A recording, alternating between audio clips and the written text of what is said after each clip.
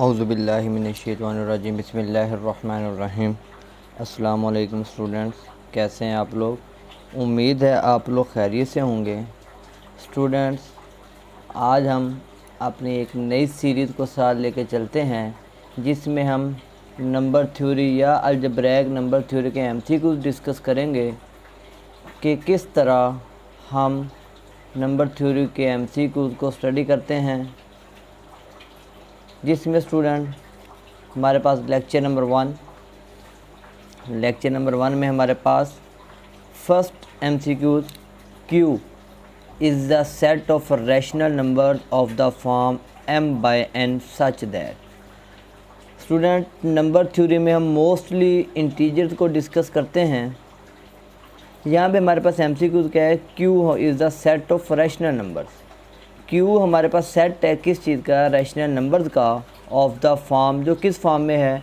m/n such that. अक्सर जगह पे हम देखते हैं m/n की जगह पे p/q भी मोस्टली यूज़ होता है, और m और n या p/q ये हमारे पास क्या होते हैं? p/q such that pq belong to z, q does not is equal to 0। ये स्टूडेंट हमारे पास डेफिनेशन होती है किसकी? रैशनल नंबर की। यहाँ पे हम p/q देखते हैं, अक्सर जगह पे हमारे पास p/q लिखा जाता है। यहाँ पे हमारे पास क्या लिखा गया है? m/n लिखा गया है।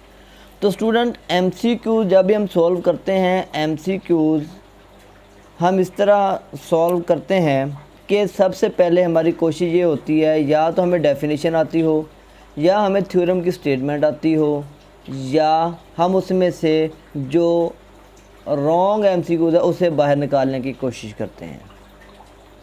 अब स्टूडेंट, यहाँ पे हमारे पास क्या है? हमें रैशनल नंबर की डेफिनेशन आती है, तो हम डेफिनेशन यूज़ करते हुए MCQ देख लेते हैं। फर्स्ट देखें, mn belong to z n does not equal to 0। क्योंकि n बटे में होगा तो वो आपके पास फंक्शन क्या हो जाएगा? अनडिफाइंड हो जाएगा। mn belong to z n does not equal to 0, mn belong to w n does not equal to 0, mn belong to z n is equal to 0, और last mn belong to natural number और n does not equal to 0। तो student, यहाँ पे हम क्या use कर रहे हैं? डेफिनेशन यूज़ कर रहे हैं, p/q such that pq belong to z, q does not equal to 0। तो इस डेफिनेशन को देखते हुए हमारे पास कौन सा MCQ बनता है student? mn belong to z and does not equal to 0। तो स्टूडेंट, हमारे पास क्वेश्चन नंबर 1 का आंसर क्या हुआ? A option. अगर हम इसको डेफिनेशन के बगैर देखें तो देखें n इज इक्वल टू 0 है, तो जैसे स्टूडेंट ये बटे की फॉर्म में आता है, n आप यहाँ पे 0 पुट करें तो अनडिफाइंड हो जाएगा, तो इस वजह से ये c तो निकल जाएगा। बाकी आपके पास क्या आ जाएगा? नेचुरल नंबर आ जाएंगे, mn belong to natural number, mn belong to whole number. अब स्टूडेंट, हमें पता है रैशनल नंबर नेगेटिव भी होते हैं। नेचुरल नंबर को आप उठाएं तो नेचुरल नंबर में नेगेटिव नंबर नहीं होते, ये निकल जाएगा। होल नंबर में भी नेगेटिव नहीं होते तो ये निकल जाएगा। बाकी आपके पास क्या बच जाएगा? Option A is the correct answer. Next MCQ हम देखते हैं, for a real number x। हम स्टूडेंट को रियल नंबर x ले लेते हैं, x mod denote the absolute value of x such that. Student, यहाँ पे हम x मॉड यूज़ कर रहे हैं। x मॉड का मतलब एब्सोल्यूट वैल्यूज़। तो स्टूडेंट, x मॉड की हम डेफिनेशन यूज़ करते हैं। हमारे पास डेफिनेशन क्या होती है x मॉड की? x mod is equal to x greater or equal to 0, x positive, x less than 0 minus x। अक्सर स्टूडेंट राइटर जो हैं वो ये डेफिनेशन ले लेते हैं। अक्सर राइटर क्या करते हैं? वो ये वाली डेफिनेशन ले लेते हैं। x ग्रेटर 0 है तो x है, x इज इक्वल टू 0 है तो 0 है, x लेस देन 0 है तो माइनस x है।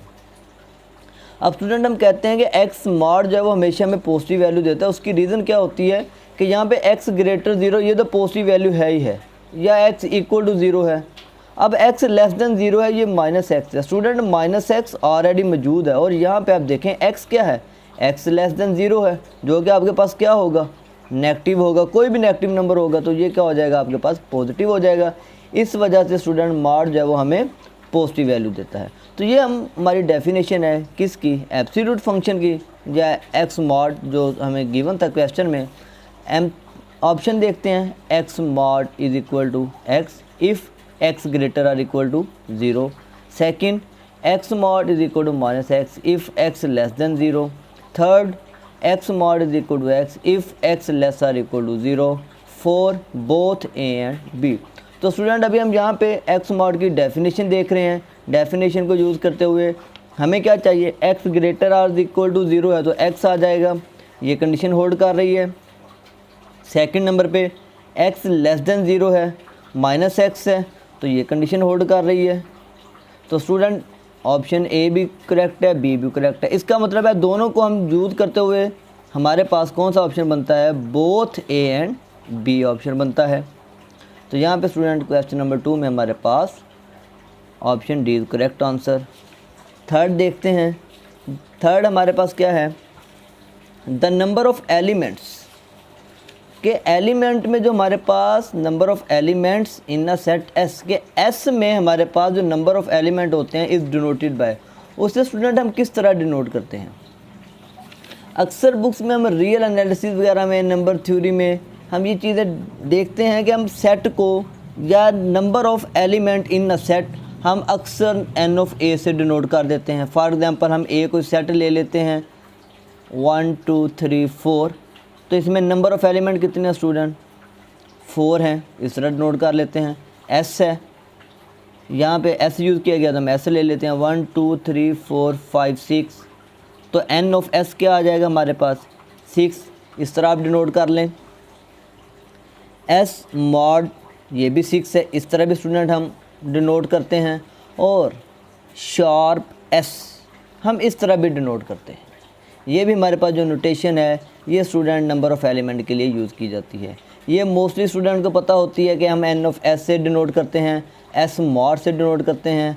अक्सर स्टूडेंट्स ये एस शार्प जो है ये नोटेशन नहीं पता होती। तो अगर हमने नंबर ऑफ़ एलिमेंट्स को डिनोट करना है सेट में तो स्टूडेंट उसे हम इन डिफरेंट नोटेशन के साथ यूज़ करते हैं, डिनोट करते हैं, और ये हमारे पास कॉमन नोटेशन है।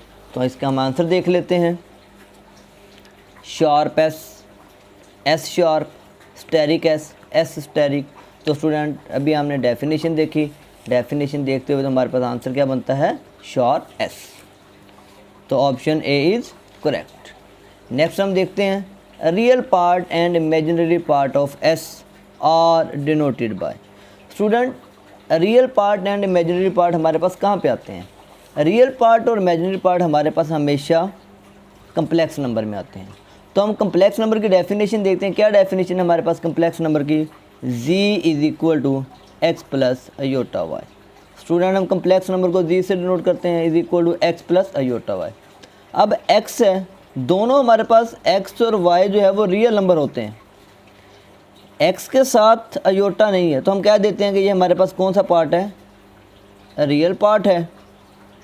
और y हमारे पास, ये स्टूडेंट हमारे पास क्या हो जाएगा, अयोटा है, जिसके साथ ये हमारा कहलाएगा imaginary part.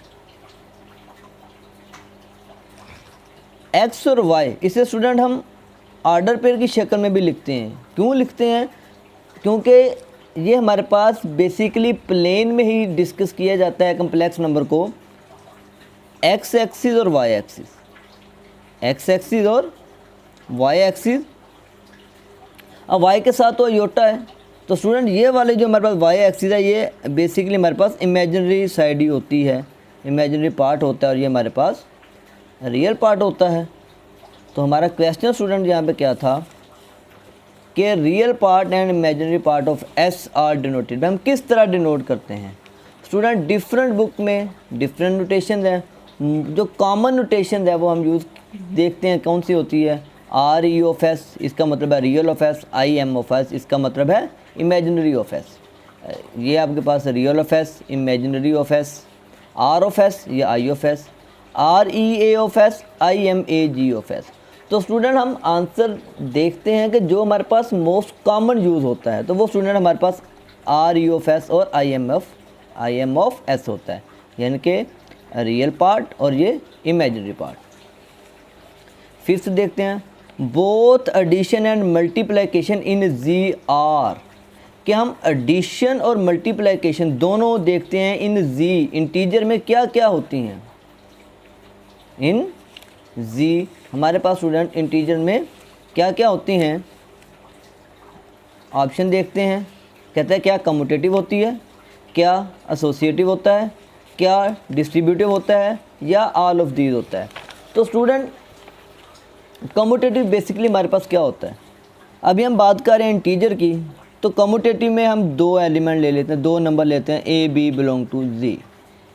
A B is equal to B A, दो आप ए को बी से मल्टीप्लाई करें या बी को ए से मल्टीप्लाई करें, दोनों का आंसर सेम होना चाहिए।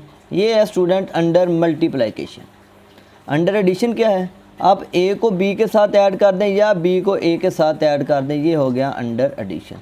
तो आप स्टूडेंट कोई भी इंटीजर ले लें, कोई भी इंटीजर ले लें, 3 5 ले लें, ये हमने दो इंटीजर लिए, 3 को आप 5 से मल्टीप्लाई करें 15, 5 को 3 से मल्टीप्लाई करें ये भी 15, तो ये अंडर मल्टीप्लिकेशन होल्ड करता है। 3 को 5 के साथ ऐड करें या 5 को 3 के साथ ऐड करें, 8 इज इक्वल टू 8, ये भी होल्ड करता है। तो यहाँ पे हमें एक ये आंसर कंफर्म हो रहा है कि कम्यूटेटिव होगा। एसोसिएटिव देखते हैं, तो स्टूडेंट एसोसिएटिव में हमारे पास 3 एलिमेंट होते हैं, A B C belong to G. अब हम किसकी बात कर रहे हैं, एडिशन और मल्टीप्लिकेशन। तो एडिशन में क्या हो जाएगा, ए प्लस बी प्लस सी। अब चाहे बी सी को पहले ऐड करके जो आंसर है उसे ए के साथ ऐड कर लें, या ए और बी को ऐड करके जो आंसर है उसे सी के साथ ऐड कर लें, तो ये होल्ड करता है। 2 3 4 ये आप ले लें, 2 + 3 + 4 हमारे पास स्टूडेंट क्या हो जाएगा, 2 + 4 3 7, 7 + 2 9। ये हमारी left hand side. Right hand side लेते हैं, ये थी हमारे पास लेफ्ट हैंड साइड। अब हम स्टूडेंट लेते हैं right hand side. Right hand side क्या थी, a + b + c, a की वैल्यू 2 + 3 + 4, 2 3 5 + 4 तो क्या आ जाएगा 9। इसका मतलब है कि ये हमारे पास कम्यूटेटिव भी हो गया और एसोसिएटिव भी हो गया। अब लास्ट हम देखते हैं कि हमारे पास क्या है, डिस्ट्रीब्यूटिव है। डिस्ट्रीब्यूटिव की डेफिनेशन स्टूडेंट हम क्या यूज़ करते हैं, a × b + c is equal to ab + ac। अब यही एलिमेंट ले लें, 2 3 4, 2 × 3 + 4, a क्या है 2, b क्या है 3, प्लस a क्या है 2, c क्या है 4, 4 और 3 7, 2 3 6 + 4 2 8, 7 2 14, 6 + 8 14। तो ये स्टूडेंट हमारे पास डिस्ट्रीब्यूटिव प्रॉपर्टी भी होल्ड कर रही है। तो हमारे पास कम्यूटेटिव प्रॉपर्टी भी होल्ड करती है, एसोसिएटिव प्रॉपर्टी भी होल्ड करती है और डिस्ट्रीब्यूटिव प्रॉपर्टी भी होल्ड करती है। जब स्टूडेंट हमारे पास तीनों प्रॉपर्टीज होल्ड कर रही हैं तो हमारे पास इसका करेक्ट आंसर क्या बनता है, ऑल ऑफ दिस।